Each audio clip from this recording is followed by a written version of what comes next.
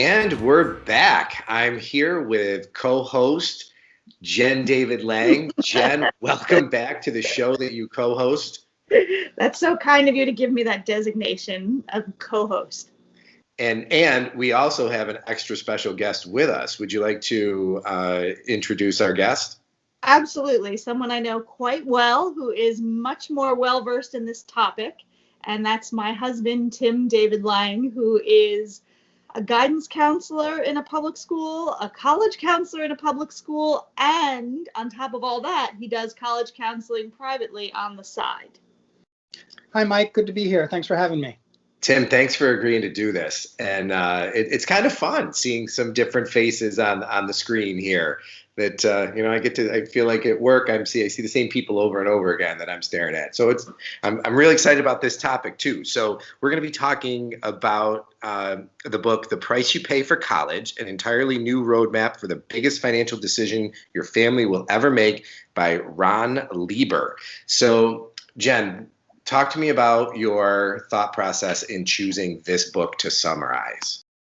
Well, I decided to summarize it now because clearly we are in the middle of a pandemic, a difficult time, and at this point in the year, 12th graders are starting to get their acceptance letters, and they'll have to make a decision by approximately by May 1st. And so Ron, who is the personal finance columnist for the New York Times, just has a ton of great tips and ideas and resources that can really help families who may be struggling, particularly because of the pandemic, but in either case, as you said from the title, are about to make the biggest financial decision of their lives. And in full disclosure, so I have a first year student away at college, and we have a sophomore in college and a junior in high school here in New York City. Right. So on this call, we've gone through this process ourselves, and y'all are in it for one more time. So excited.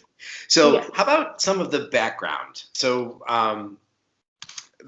Lieber does a nice job of kind of setting the stage for why this is such a big deal. Not that it needs that stage setting, but I think some background might be helpful in terms of kicking off the discussion.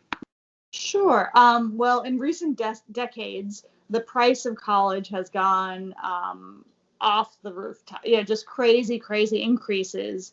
And people wonder why that is. It's actually not such a crazy reason. It's just they're trying to attract and retain quality instructors, professors. And so the price is quite high. At a public institution, you may pay as much as $100,000 for 4 years, and a private one, you could pay over $300,000. So, we're talking more than a house potentially. So he spent 8 years researching this book, and he's been writing about finance for decades. So he just has gathered so many more resources than, honestly, Tim, you or I could possibly gather by working full time and parenting. And he's put them together for us in this book. All right. And there is a ton in this book. So for the purposes of our discussion, we've narrowed the focus a little bit to sort of the top 12 tips to manage the cost of college. So we may not hit all 12. We'll see where we are as time progresses here. But why don't you just start hitting them one at a time? Sure. I'll start, and then Tim knows a lot more than I do. I think there are some tips that people can use for right now at this point in the spring. And then there are tips for listeners who have younger kids who, want to start even earlier. So I don't know if we should start with, the earlier tips and then get to now. Does that make sense, Mike? Yeah, that probably makes sense. Like if we start with the earlier ones, I can get over feeling badly about myself as a parent sooner because of the things that I didn't do when Emma was in 9th grade. So why don't we start there? And sure. I said that because one of the first ones is get good grades starting in 9th grade. Okay. So for your for your junior, right? You guys have a junior still? We still do since the beginning of the conversation. So talk about that. Tim, you want to take that about the good grades? Right. I mean, we're actually just this week, my colleague and I were pushing into groups of ninth graders and talking to them about their high school transcript. The first semester just finished here in New York City at the beginning of February, and explaining to them, it's different than middle school now. Now you have a high school transcript and you have final grades from your first semester. And this is going to be the record that's sent to colleges. And so talking to them about, what it means academically to perform is very different than middle school. And then also talking to them about the choices they're going to make academically for high school in terms of their course selection. Most high schools have some kind of choices in terms of, where are you going to make the choices for more rigorous coursework? How are you going to select which path to follow in your high school? Those kinds of decisions make a very, very big difference in terms of not just selectivity of college, but also in terms of what Ron's talking about the merit scholarships and how attractive you are as an applicant for colleges in terms of giving you their money or discounting their cost to you to come onto their campus. And I want to highlight this. If your listeners right now should not leave, because after we say what we're about to say, they could save up to 5 figures on their college tuition for 4 years. So now is not the time to leave. So Ron talks about merit aid, which a lot of the people of our age, Mike, don't know about because it wasn't around when we were applying to college. And merit aid is something that has become popular among colleges and universities to use to compete for students. And even though it has the term aid in it, it is not about financial aid.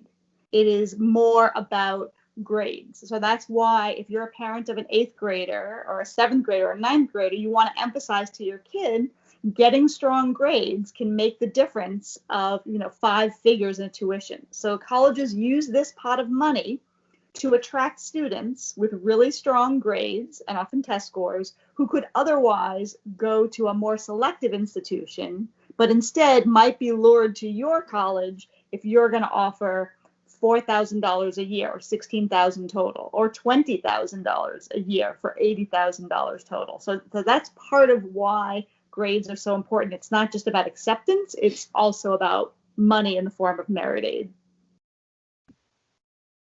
Yeah, that makes total sense.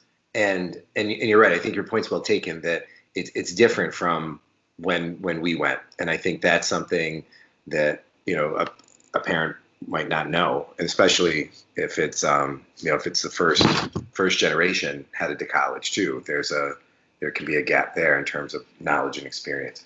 Okay, where do you want to go next? So I want to go back in time before the 9th grade grades, and I want to go to, Ron says that you should make sure to start saving as early as possible. He makes sure to make parents like you, Mike, not feel bad that, the first best time to save money is when your child is born, but the second best time is now. So he really says that you should start planning for saving money as much as you can as early as possible. And he gives some tools like a good college savings calculator to help you make projections for how much you should save per month. And one of the things he says, you might want to think about it in terms of fractions to try to save a quarter of the amount of money before your child goes to college, just to pay a quarter while your child is in college. And then the other 2 quarters are loans for the student and the parent to pay during college. Obviously, this looks different for different families, but he really says it's worthwhile to research different 529 plans in your state. And he gives a lot more details about this so you can figure out what to save. He gave an example of plugging in some numbers and you might come up with a savings of $75 a month. So take a look at that credit card bill and see, do you have about $75 worth of items you're spending on that if you think to yourself, hey, I'd rather put that money into saving for my kids' college? Anything to add on that? Just that sometimes people are concerned that if they put away money for college, in advance that that's somehow going to create a problem for them later on when they have, when they're applying for financial aid. That's uniformly not the case. It is always better to be saving for college and to have that money set aside with the tax benefits, with the benefit of the financial market incentive in terms of growing the money over time. So you always want to be putting money away. And generally the better idea is to set it up automatically so you're not thinking about it. So it's just drawing, however much out of your bank account, even as something as simple as $5 a month over time is really going to make a huge difference. And it's only going to help you as a family. It's hard to overestimate how expensive this is. To come up with the cash also is a big part of it. So you might own a $300,000 home that you bought, but you're paying that home over a 30-year period with a mortgage. In college, you have to come up with that cash right away. And if you don't, you end up like me when I was in college, where you get a notice in the mailbox that says you can't go to class anymore because your bill hasn't been paid. So you really have to have the cash on hand. And there's a lot of stress and pressure on that. So saving as much as you can, but for some people, it really might literally be $5 a month. That's a great point. And that was exactly the advice I was given by friends who were a few years older than I was in the parental journey, or a few years ahead, was don't bother saving for college. It's not going to help. And I thought, well, okay. So interesting to hear that debunked. So yeah, thank you. All right. So just keep us in the past. Where else have we got to go? So let's fast forward now. If you have a child, or if you're in a school and you're a guidance counselor or a college counselor, and you want to advise students who are making some decisions about college, what kinds of things they should be thinking about in terms of saving money. I'm going to share one that was surprising to me, and that is Ron said that you can actually take a gap year to save money. And I think a gap year is something parents often think like, oh, that's for, the wealthy to trot around Europe. But what he said is that, there are many great reasons to go, but in terms of finances, that if your student stays at home, right, saves on room and board and works full time, your student could earn $20,000 for the year. So imagine having an additional $20,000 to put toward college, and the family has one additional year to save. So that was a little tip that I found to be interesting. And I feel like that whole gap year concept is so much more mainstream now. I think part of it was probably, and Tim, you could confirm or deny this one, like I wonder to what extent the pandemic had something to do with that. If kids, I know my daughter kicked it around because she knew that heading off to college, everything was going to be online or virtual. And we had a serious conversation about, well, if it's just going to be online, should I just live at home? And she ended up going to campus, but that was part of the conversation we had. And also the conversation was, well, maybe I don't want to do this now. If I can't have what I'm imagining is going to be my college experience, maybe I'll just wait a year. So I don't know. I can't imagine that our family was the only one having those conversations. Yeah, I think that's absolutely true. And it was starting to come more into prominence, whether it was, President Obama's child taking a gap year or other examples where it was clear people are looking at it more and more. But the pandemic certainly has changed things, very dramatically. And a lot more parents, using this term from finance of ROI, right, return on investment, and just looking much more at the brass tacks of, am I going to spend $70,000? Am I going to spend $20,000 to have my child go sit locked in a dorm room for a year? And lots of the families that I work with, have not done that, or they've modified it in some substantial way. And just a big plug for those of us who are boys or were boys and now are men. Certainly will say that, especially for the boys out there, God love us, we mature a little bit more slowly. That's just the developmental reality. So especially for boys, to strongly consider a gap year, I can't urge people enough to have the discussion, to consider, and just to echo what Jen said, that nothing fancy or special. Get a job, see what it's like to work full time, and nothing like that in my experience to help young people appreciate how great it is to be a student. 100%. And Tim, I do resemble that remark. I'm basically an 8th grade boy trapped in a slightly larger 8th grade boy's body. But I wonder, with that gap year, does that kind of, because one of the ones on there is attend community college for the first 2 years. So I wonder how much of that do maybe those two even mix a little bit, especially, I think about, and I only know the state of New York, but I know that if you take any course at a community college, that it's automatically accepted in our state university system, in the 4-year system. So I wonder if there's a mix of that, like taking sort of a modified gap year where you're working and taking a few classes at the community college, maybe online.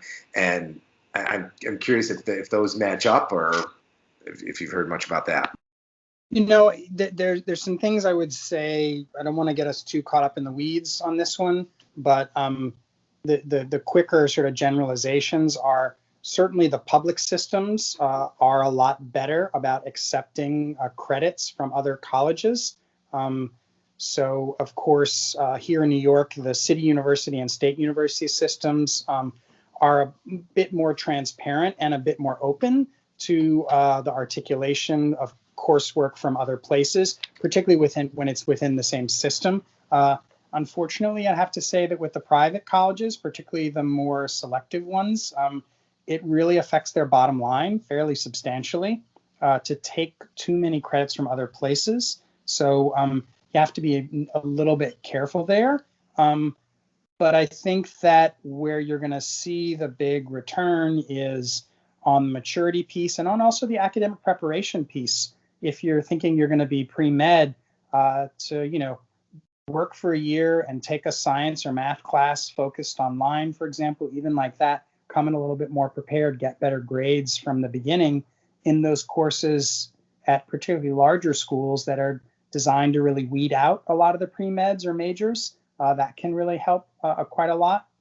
And then if you decide to do the full associate's degree, certainly that's a huge savings as well. And of course, ultimately, when you're applying for a job, they want to know where you got your degree, which would be your bachelor's.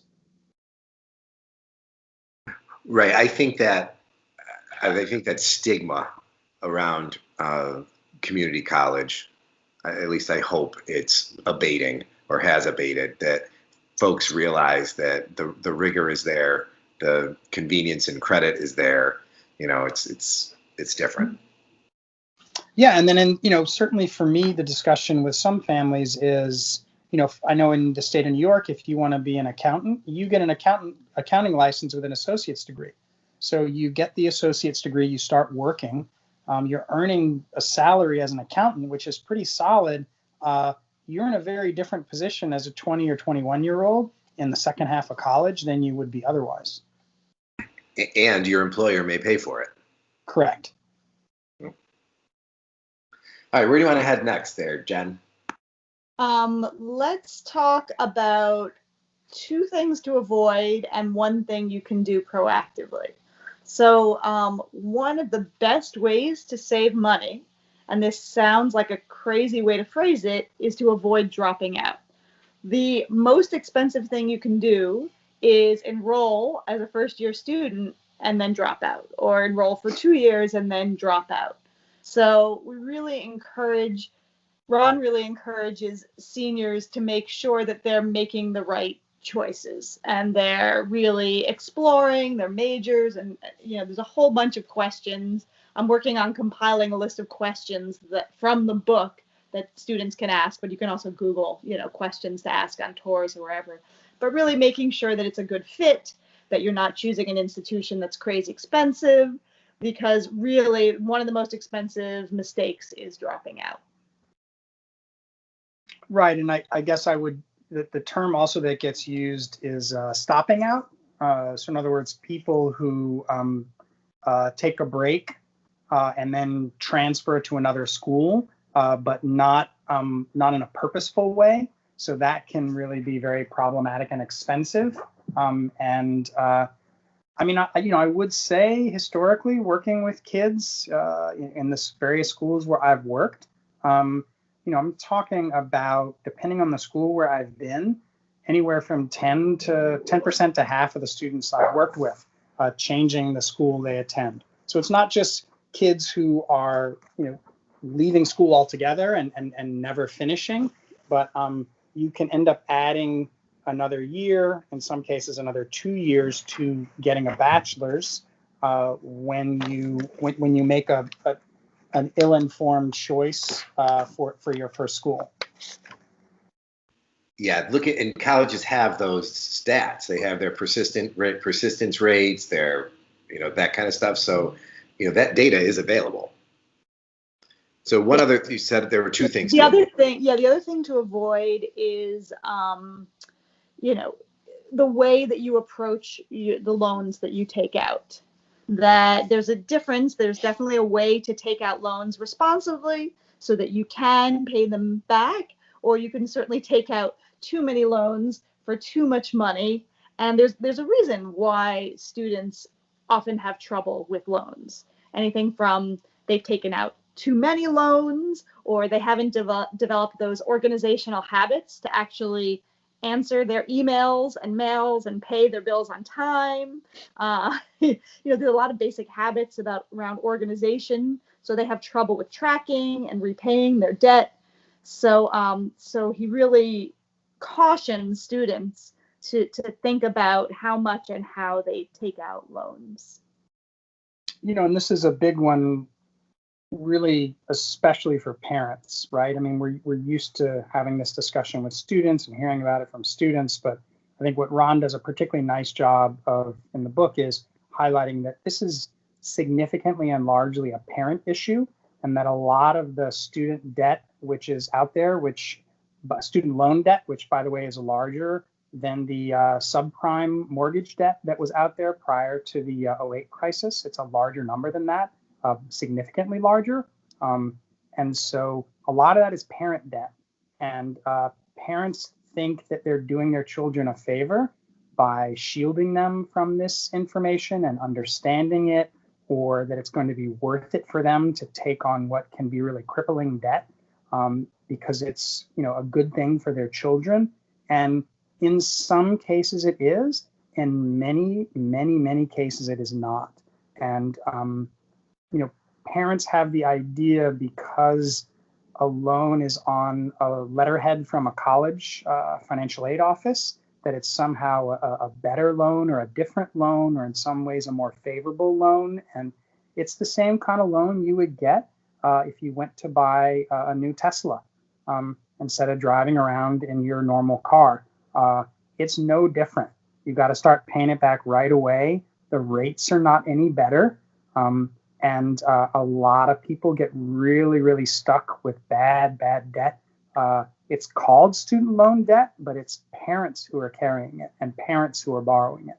And he says, imagine paying each month somewhere between what you might pay back for a car loan and a house loan, right? You might already have those two, and now imagine paying this other item. And the other thing he says is, imagine being in debt for 50 years, for half a century.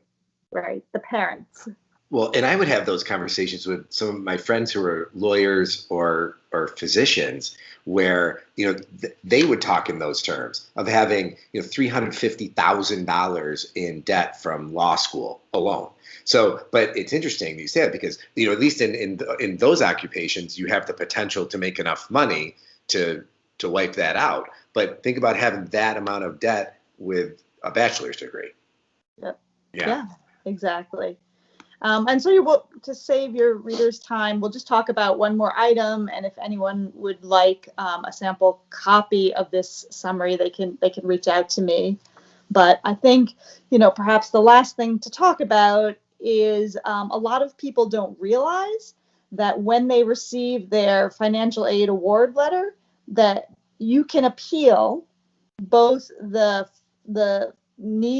financial aid piece and the merit aid piece. So Tim knows a lot more about this, but maybe you could talk about that, and it really could again be a difference of thousands of dollars. Yeah, tens of thousands or more even. So the two types of they're called reconsiderations, and the first, unfortunately, here in New York City has been happening a lot this year. I've been talking with a lot of families that when they filed their 2019 taxes, it was things were going just fine. They're in the hospitality business, things were going well. They're in the entertainment business, things were going well. In some cases, phenomenally well. The economy was great, business was great. Those are the taxes they used in October to complete the FAFSA and the CSS profile with their children. And now awards are coming around based on that information. So they have to go back to the financial aid offices and say, hey, I need you to have a look at my 2020 return. I need you to have a look at my 2020 W-2, and I need to have you look at my unemployment check, my employment benefits. So this major medical issue that's come up, the breadwinner on our house has died from COVID, whatever the situation is. And the colleges have a lot of room to change the financial aid packages. They do it at the local level. So different colleges will respond to the same situation very differently. So you have to make those appeals, those reconsideration appeals individually to each school. And that's based on just different circumstances. The parent of one of my students had a heart attack about a month ago. And so now she's an independent student. So that she needs to help her file a reconsideration. So there's more dramatic stuff like that for sure that's happening. So in addition to that, there's also the merit side of the ledger, where you have, if you're fortunate enough, your child has a number of acceptances, you see very different pricing from different colleges, the public colleges for sure, but especially the private schools. And so you might see a $30,000 a year. I'll call it a discount because that's really what it is. It's a discount. The term of art they'll use is merit scholarship because it makes us feel better about ourselves and our children and the job we've done. And there's nothing wrong with that. I'm all for feeling better, but it's a discount. So a $30,000 a year discount, which is not a small amount of money. I don't care how much your family has.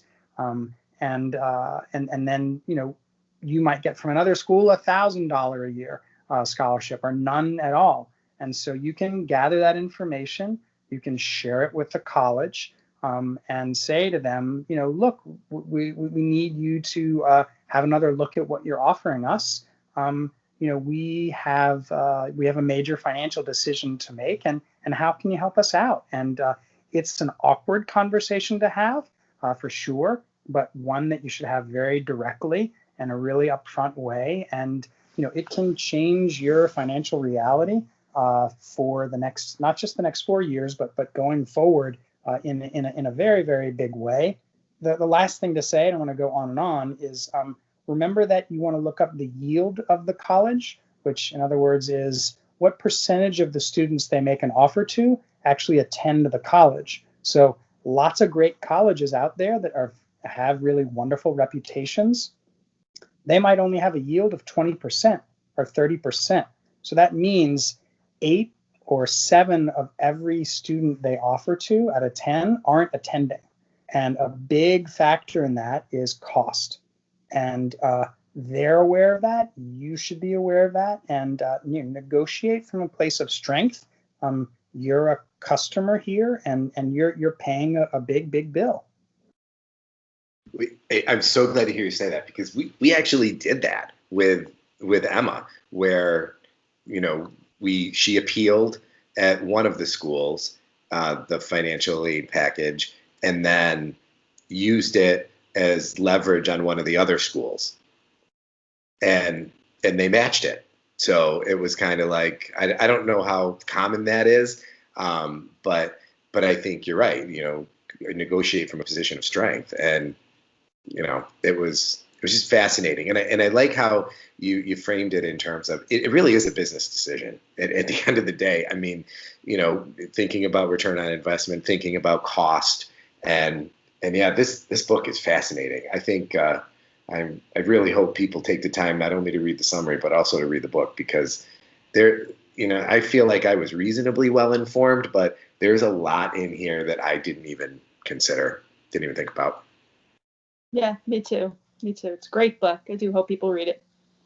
So if people want a summary, they can email you, Jen. I'll put your email address in the show notes. And thank you once again to my co-host, Jen David Lang. Jen, should we tease people with our plan, or should we see if we can actually do our plan before we tell people? Let's tease them, then we have to live up to it. Oh, I like that. There's nothing wrong with a little public pressure and shaming. So Jen and I are committing to at least once monthly, we'll say that, interviews where we talk about the most recent book that she will have summarized. I think that I got my tenses right on that. And then your goal, right, is to send the podcast episode along with the summary. Yeah. So that people know. Obviously, it'll be available on iTunes and all those places too. But that is our plan, and 2021 is our year for that, Jen. That's doing it. That's our New Year's resolution in March. Yes. Okay. And Tim, thank you so much for another guest appearance on here. You're always welcome. Thanks, Mike. I appreciate it. Good to be here. And I don't want you to feel like Jack Kennedy in Paris, like you're the guy who brought Jen, but you did. Okay. So thank you. Absolutely. All right. Take it easy. All right. Thank you. Take care. Bye, Mike. Thanks for listening to this episode of the School Leadership Show, a podcast for aspiring and practicing school leaders. Send your comments, questions, and show ideas to me, Mike, at schoolleadershipshow.com. And please consider rating the podcast in iTunes and leaving a comment. And definitely pass the show along to your colleagues.